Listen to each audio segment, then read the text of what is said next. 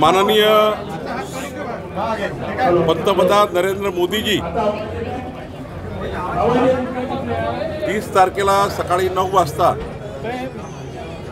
नागपुरामध्ये येणार आहे। माननीय मोदीजी रेशीम बागला जाऊन नंतर मग दीक्षाभूमीला जाणार आहे। साधारण 9:30 वाजता दीक्षाभूमीला जातील। साधारण 10 वाजता जवळपास माधव नेत्रालयाचा कार्यक्रम त्या ठिकाणी जातील आणि नंतर डिफेन्स करता जे एक्सपोर्ट करता डिफेन्स करता अत्यंत आधुनिक तंत्रज्ञानाच्या आधारावर जे त्या ठिकाणी नवनवीन साहित्य जे डिफेन्स करता बनतं ते सोलर पॉवर या ठिकाणी मला वाटतं मोदींची भेट आहे। हा दौरा माधव नेत्रालयाकरता आहे, पण सोबत आता हे कार्यक्रम आहे।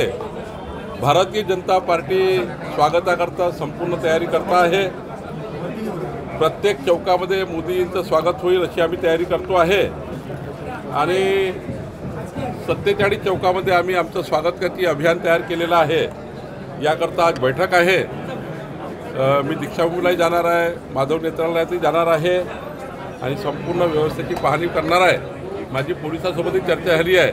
निश्चितपणे हा दौरा चांगला होईल आणि मोदींच्या येण्यामुळं आमच्या विदर्भात नागपूर शहरामध्ये आनंदाचा एक चांगला वातावरण तयार झाला आहे। मोदीच्या माध्यमातून कुठेतरी उद्धव ठाकरेंनी टीका केली आहे, हिंदुत्व सोडलं का हे जाहीर करावं मोदींनी। सौगाते मोदी उद्धव ठाकरे ने कहा है कि हिंदुत्व छोड़ना उन्होंने जाहिर करना चाहिए। ईद निमित्त कीट वाटप केले जाते, सौगाते मोदीचं नाव आहे, या कीट वाटपावरून टीका होती। माननीय पंतप्रधान मोदीजींनी रमजान ईदच्या शुभेच्छा सर्व देशभक्तांना दिल्या आहेत, पण देताना भारतीय जनता पार्टी महाराष्ट्र आणि केंद्राच्या भाजपाच्या मायनॉरिटी युनिटनी एक कार्यक्रम मुस्लिम बांधवाच्या रमजान ईदच्या माध्यमातून तयार केलेला आहे आणि हा भारतीय जनता पार्टीचा कार्यक्रम आहे। हा रमजान ईद मार्फत आमच्या पार्टीचे जे कार्यकर्ते आहेत, आमच्या पार्टीचे महाराष्ट्रात देशामध्ये अनेक नगरसेवक आहे, आमच्या एक मायनॉरिटी मोर्चा आहे, मुस्लिम मोर्चा आहे, त्याच्या माध्यमातून हा कार्यक्रम सुरू आहे। त्यामुळे मोदीजींनी खरं तर आम्ही सर्व लोक काही मुस्लिम विरोधी नाही आहोत, आम्ही सर्व लोक काही ख्रिश्चन विरोधी नाही आहोत। या देशामध्ये राहणारे पण पाकिस्तानचा ध्वज फडकवणारे, या देशामध्ये राहणारे पण पाकिस्तानचा झेंडा घेऊन रॅली काढणारे, जे उद्धव ठाकरेंच्या परभणीच्या आणि नाशिकच्या रॅलीमध्ये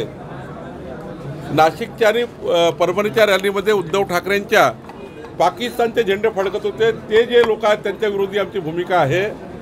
आमची भूमिका पाकिस्तान जिंकल्यानंतर फटाके फोडणारे जे लोक आहेत हिंदुस्थानातले त्यांच्या विरुद्ध भूमिका आहे आणि त्यामुळं सर्व मुस्लिम काही आमच्या विरुद्ध नाही आहे। देशात राहणारा प्रत्येक नागरिक आमचा भावाबंधासारखा आहे।